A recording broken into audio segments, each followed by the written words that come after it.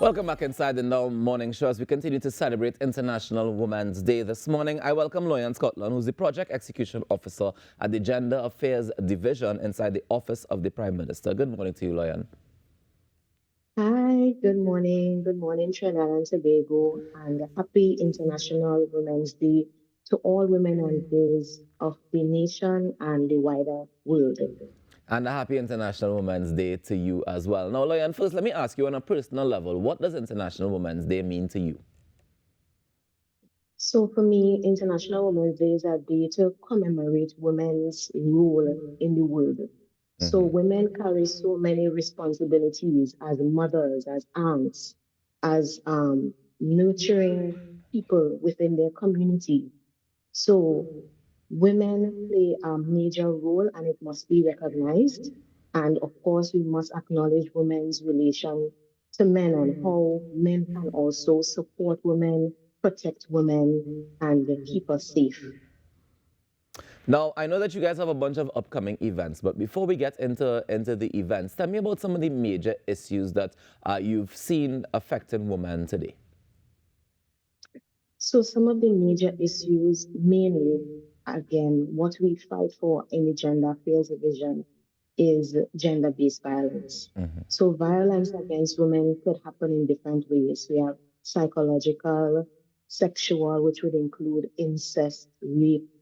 We also have financial abuse that occurs, child abuse with children. So women face especially violence, but also there may be inequalities within the workplace, access to resources. So those are some of the key areas where women face challenges right here in Trinidad and Tobago. All right, so tell me, what does the Gender and Child Affairs Division hope to achieve by celebrating International Women's Day? So by celebrating International Women's Day, of course, we want to, first of all, raise public awareness on issues such as sexual harassment and gender-based violence, as I would have mentioned. We want to also encourage men to also promote positive gender relationships. We want to especially recognize how women would have contributed in different spheres of society, in advocacy, leadership, etc. And we want to also engage in care and support initiatives for women. And this year, we are particularly focusing on marginalized groups such as incarcerated women and female juvenile inmates, as well as we want to band together all gender focal points across all government ministries and agencies. And as we should do all the time, promote optimal health and well-being. This could be physical health, mental health of women through medical screening and health education, as well as we would like to showcase and encourage the talents of female entrepreneurs by offering them a platform to display their products and services, as well as we would like to partner with other stakeholders, other community groups who engage in activities surrounding International Women's Day.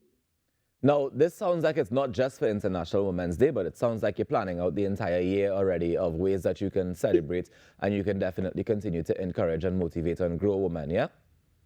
Yes, yes, that should be an annual thing, ongoing thing, daily thing that we are encouraged to do. Most definitely. So tell me about the specific plans that we have for International Women's Day, March the 8th, 2025.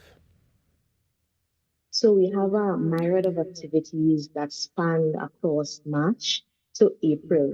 So maybe the first 2 weeks in April. So Okay. we are kicking off, of course, with our public awareness. So this is why I'm here this morning trying to inform the public on what the Gender Affairs Division is having for International Women's Day and how the public could also participate. And we will have a publication in the newspaper tomorrow, which would include the Honorable Ayanna Webster Roy's message to the nation, inclusive of the activities that we have planned.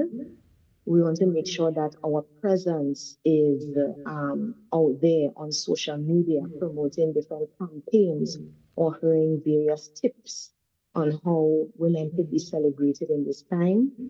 But first of all, today we will be having a breakfast at the Diplomatic Center with the Prime Minister, just a way to honor women within our ministry. And of course, we would commemorate tomorrow, the 8th, with a walk as well that would be in collaboration with the network of NGOs. So that walk is from 10 a.m. tomorrow at Woodford Square. So that will take us down Woodford Square and we'll just be making our come back up the road. Next, we would be having a radio program where we would be involving the Men's Bureau, because Men's Bureau would have been a recent launch of that segment of our division. So we would be involving the men in the conversation on how to promote positive gender relationships. So that radio program would be from Sunday, the 9th, on I-95, which would be Eye on Dependency in particular at about 10 o'clock in the morning. So next we are heading to Tobago next week Friday to commemorate a celebrating empowerment of Tobago's women and girls. Because while we want to make sure that we capture women and girls across our nation, so we will be having an entrepreneurial or artisan market, as well as we'll be having a symposium just educating the public on how women could improve their mental health, how they can be economically empowered, how to access care and support, especially if women are experiencing gender-based violence.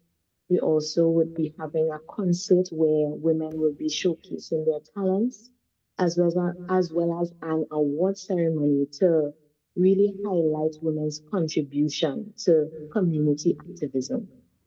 Nice. So we have a long list. We Yeah, have and a I was long list. I saying, could say a lot more. yeah, well, of course, you already have most of the year planned out, it seems, and the Yes, Gender and so Child but Affairs this is just Division. for the first month. Yes. Yeah, and you're doing a lot to celebrate and to commemorate. I just wanted, we don't have much time left, unfortunately, but I really wanted to Yes. get from your perspective, what message do you want to leave with women who, especially maybe in crisis this morning, who may be saying, well, you know, we celebrated International Women's Day, but I don't feel like I am being celebrated. I don't feel like I have anything to celebrate. What would you say to those women this morning? So of course you have to be celebrated. Your contribution to simply your family, your friends could create a major impact. Just motivating your peers could create a major impact. Advocating for somebody could create an impact. So as well as the message I would send, especially for women in crisis, ask for help. Tell someone, contact the police, call our hotline 800-SAVE, which is 800-7283.